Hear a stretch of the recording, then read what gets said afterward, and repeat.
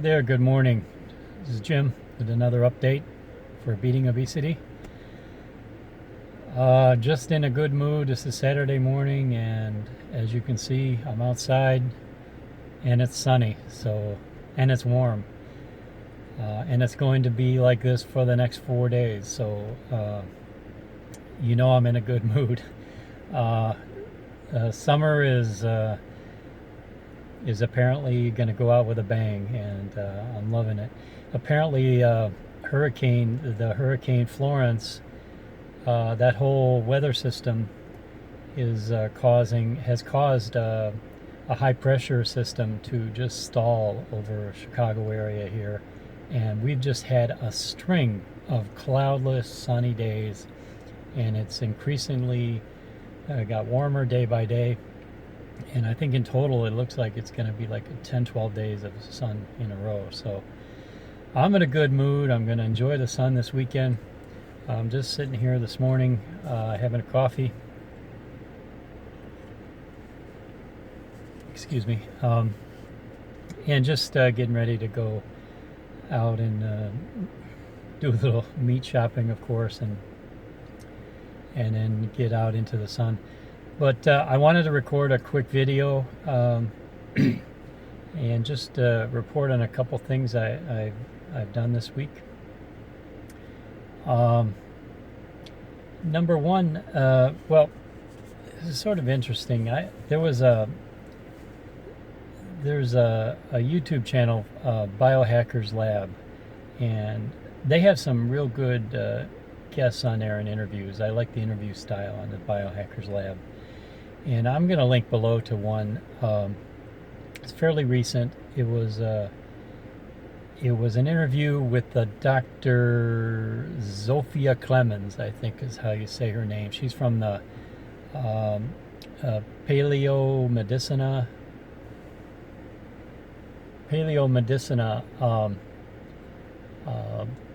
clinic in Hungary. And at that clinic, they study the Paleolithic ketogenic diet. I mean, this is what they promote in a clinical setting, and they take in patients and they cure them, they heal them. They take in people with issues of different kinds and put them on this PKD diet, Paleolithic ketogenic diet, which is like a keto diet, but it's more strict. They don't allow any dairy on it, as well as maybe some other things. But it's very interesting, and I believe this clinic in Hungary is on the cutting edge. I mean, I think it's very valuable research what they're doing, and I see them as leaders worldwide in terms of probing what's possible with this kind of a diet. It's a wide-ranging interview. I mean, a lot of interesting points out of it. The one point that hit home with me that I'm just going to mention today here briefly was Dr. Clemens was talking about people on a meat diet in general, some of the different ways people are doing it, and she's sort of not really supportive of some of the variety of different ways people are doing it. She's kind of sticks to their method, which is, I'm going to say, a lot more strict. But one of the comments she made is, with respect to the topic that always comes up, is diarrhea, because it does happen. And it seems like myself, from my own experience and in chatting with others, we always seem to blame, the carnivores always seem to look at fat as the culprit for diarrhea. The type of fat or the quantity of fat or having an excess of fat. I certainly did. But Dr. Clemens was adamant that it's the other way around. It's eating an excess of meat that causes the diarrhea, and not fat. And this struck me, and I started thinking about it. And as I recall, different events when I would have a bout of diarrhea, it did seem to involve times when I did eat quite a bit of meat. And I always blame the fat, but I thought maybe there's something to this, and she seemed quite certain, and she's a researcher. So anyway, I thought about doing a little experiment. Now, her recommendations for a normal-sized man would be to not eat more than 400 grams of meat at a meal, and that's less than a pound. That's not a lot. I mean, I average 2 pounds, and sometimes more. So I just thought I'd do a little experiment and try to stick with 400 grams, maybe 450, which is about a pound.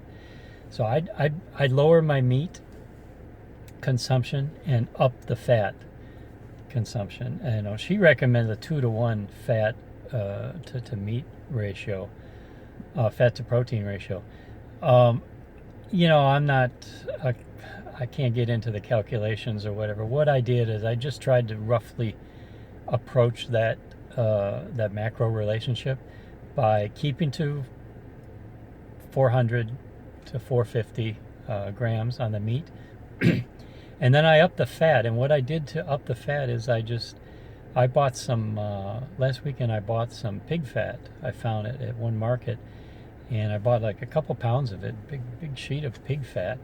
Never done this before. And I cut it into about quarters, and each night I would just cut that up into pieces, and I cook it in my air fryer.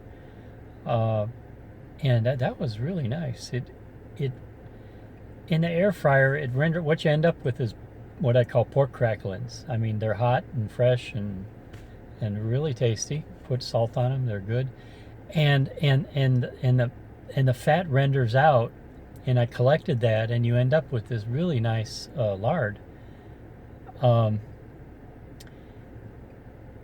And I save that. It's a really nice kind of a buttery, tasty lard. So, I like I said, pig fat. I added the pork cracklings. I also was just consuming some lard. Like, I try to consume 2 or 3 tablespoons, and also like about a third of a stick of butter. And so I was just eating fat. And I mean, I'm not so much for some of the oils, so I upped the fat and lowered the protein. And I did this for 4 days. So the first thing to say about this 4-day experiment is that the meals, they were sustaining with the higher fat and less protein. It wasn't like I got hungry, in the 24 hours until my next meal. I mean, it was completely able to cruise through like I normally am. So there was no difference there with the lower protein and higher fat. There was definitely a difference in my perception of being satisfied with the meal. I mean, just eating butter and eating some lard, it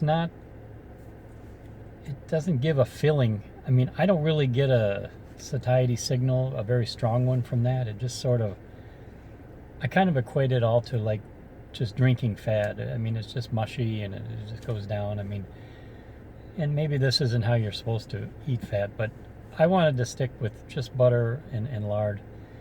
And so that's what I did. But it's not as satisfying as actually eating meat, something with bulk and something requires chewing, and you feel it, in your gut as it goes down, more so. It's more of a satisfying experience that way. So a little less satisfying for the meal process, but totally sustainable. I mean, cruise through. Um, Now here's the thing, with respect to the diarrhea. Um, I never went to the bathroom once in the 4 days. I never had to go. So not only was there no diarrhea, there was nothing else either. Um, eating, and that's not totally a surprise to me. Eating just 400 or 450 grams of meat, you're not going to have much waste. I mean, meat just kind of completely dissolves, and that amount of meat, I didn't have to go. And so, why did I end? I ended the experiment of 4 days for a couple reasons. Well, number one, my weight shot up by 3 pounds. I went up a pound a day, and I couldn't really understand that. I mean, sometimes when you're not having any eliminations, you do tend to go up a little bit. But I don't know, it just seemed odd that my weight was going up. I mean, I don't think I was gaining fat. I don't think I was putting on a pound of fat per day. It's just sort of, I can't really explain why the weight went up. Whether it was water or just because of the food accumulating in me, I'm not sure. But I didn't really like that. I didn't really care for the way I felt. Like I said, the meals were less satisfying. Although I do have to say, before I did this little test, I was having pretty frequent diarrhea. Again, I hate to keep saying that word, but it was I was on a string of days with fairly regular diarrhea, and there's been zero diarrhea since I did my little fat experiment. But so I have to say, I just wanted to comment on this and say to any other meat eaters out there that, maybe take a look at it yourself. If you do have frequent bouts of diarrhea, maybe look at the quantity of meat as the culprit, because I think there may be something to that. Now, it's been now 4 days since I've done this little experiment, and I went back to my regular diet, and it's really much better. I like it. I like my meals. I like the satisfaction I feel. I like eating around 2 pounds of meat, and just eating, not stuffing myself with the fat. That seems to be, a lot of people recommend that, the 2-to-1 fat, but for me, maybe that works for some people. For me, I rather just focus on protein, getting a certain amount of protein. Like, again, I'm around a 2 pound mark. I mean, maybe a little higher, but it has drifted down. I used to be always needing 2 pounds plus, between 2 and 3 pounds, let's say. But now, I mean, on occasion, it can be even less than 2 pounds. It can be like 1.5 pounds I'm fine with. It's kind of ebbed lower as time goes by. But I much prefer that being my target. It's easy to manage. I can get together, 1.5 pounds to 2 pounds of meat, and eat slowly to satiety, and just take whatever fat comes within my pork rinds and the butter that I use to cook the meat in, or the fat that's, I choose fatty cuts of meat. I just take whatever fat feels good at that time, and there's sometimes when it doesn't feel so good. I don't like the fat. I mentioned this before. Sometimes I cut off the fat. I either don't like the taste, or I've had enough of it, and I just get the fleshy part of the meat. Other times that fat just tastes wonderful, and I eat it all. So I went back to my normal eating plan, and 4 days, my weight has gone down 4 pounds, eating back to my normal weight. So I can't explain that. Again, it wasn't that I gained fat and lost fat, but I'm just reporting what's going on. I'm back to my normal weight. I've been maintaining a long time. I'm right at 164 this morning. So I'm happy. Everything's working well. I did that little experiment with the fat. I wanted to pass it on just to make sure. I mean, I didn't think I wanted to eat a lot of fat, and I proved it to myself. I don't. I like to have fat as part of the meal, but not to be the dominant part. I'd rather have it be the protein. Yes. Okay, I just remembered one other little observation during this week's fat experiment that I forgot to share earlier. The other thing I noticed is I did 2 runs during this time that I was doing the high fat, lower protein approach, and I'm not sure it had to do with the fat or not, but I was noticeably more fatigued, and I had leftover muscle stiffness. My legs and my glutes in particular were sore, and I had what I call dead legs. When you go for a run, sometimes you get your legs just feel like there's not a lot of life in them. There's not a lot of spring, not a lot of energy.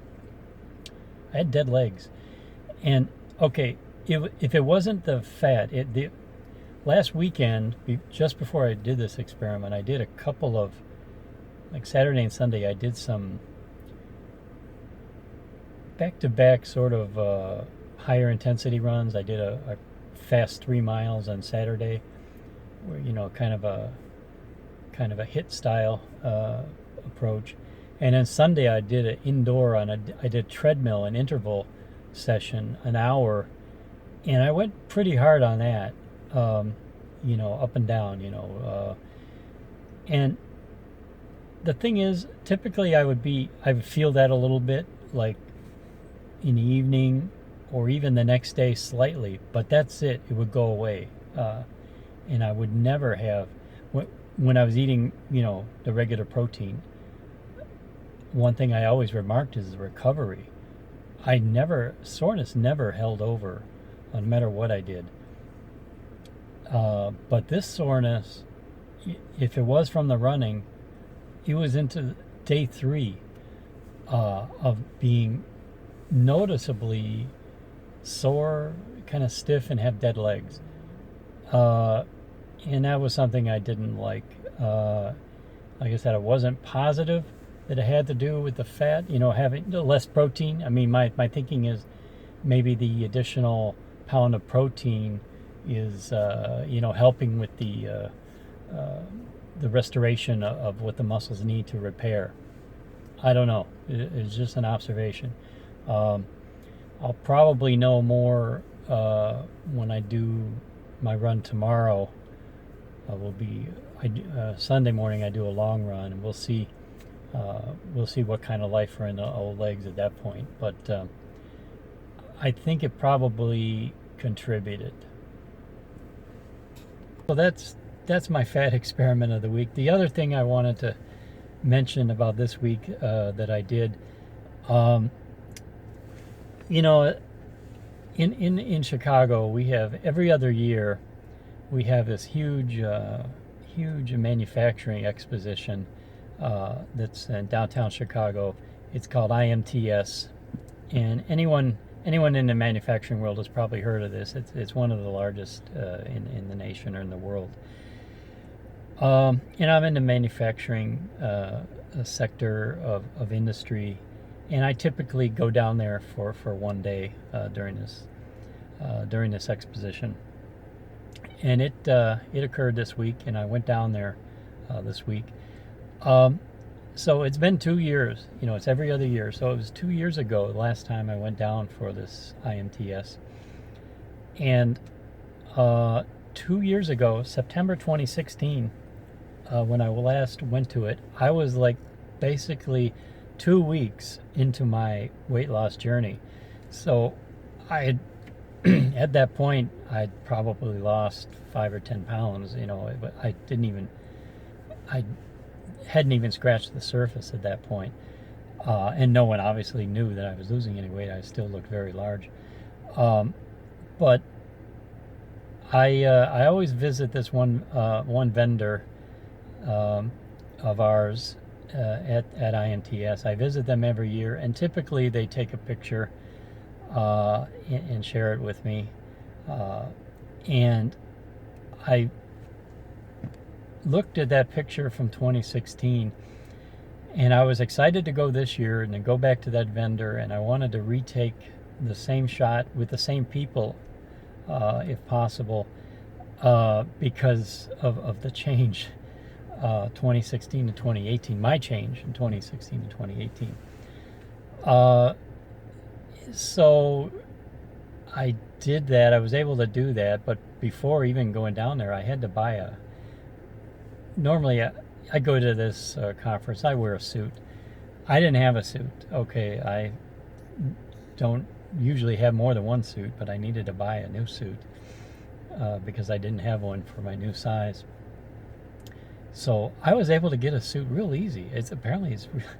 I always hated shopping for suits, but because it always involves, odd sizes and tailoring, and I guess just when you're big, there's a lot more complications to it.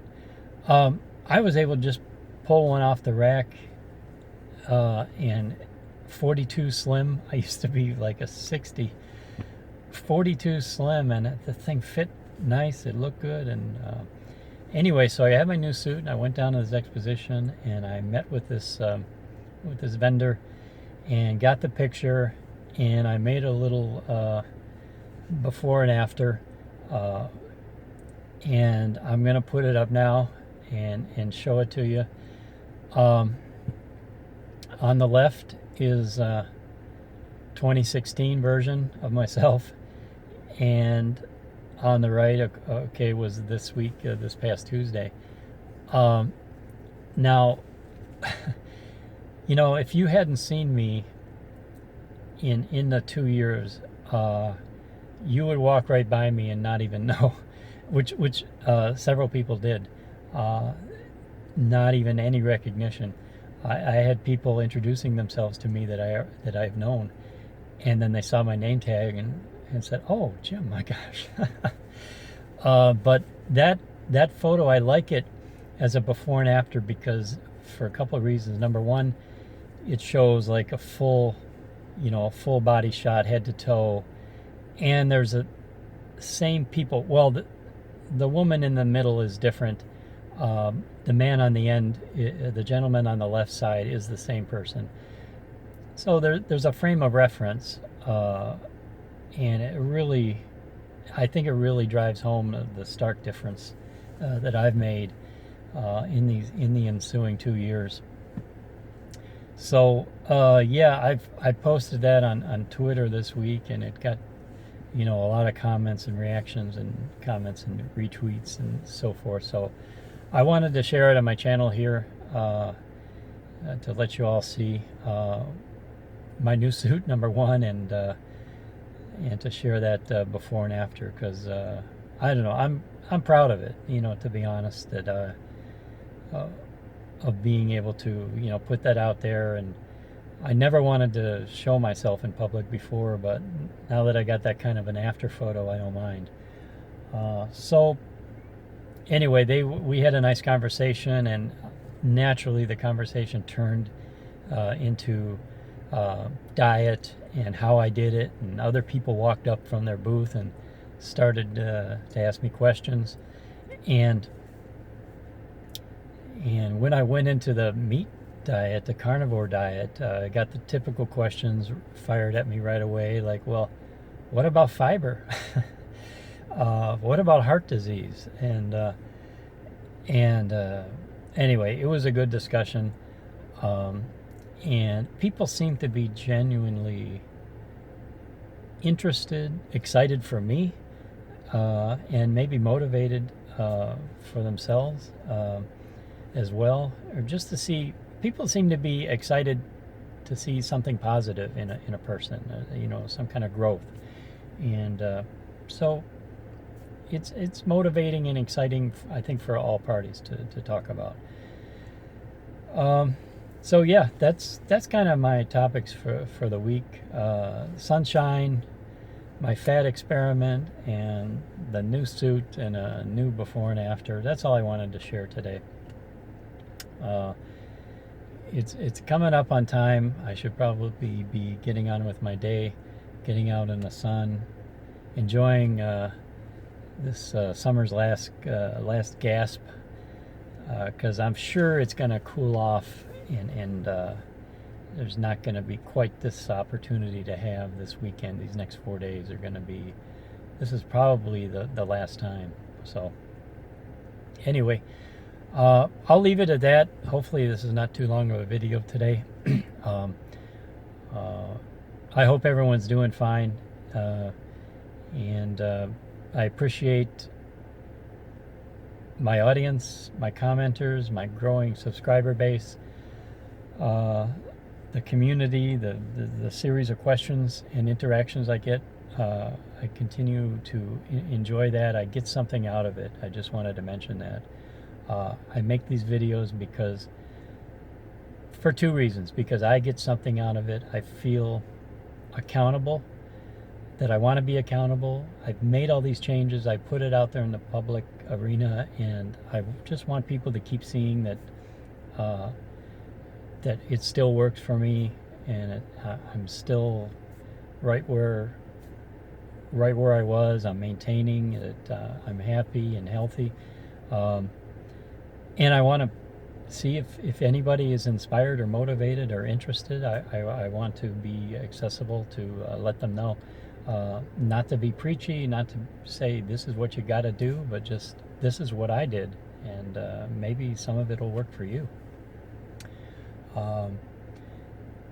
I'm very sensitive about that because of remembering how I was when I was big, and when I was huge, and when I was unhappy with it. Even though I was unhappy with it, when my mind was closed and I was in this certain world of denial, I didn't want to be approached, or I didn't want to be talked to, or people giving me their ideas.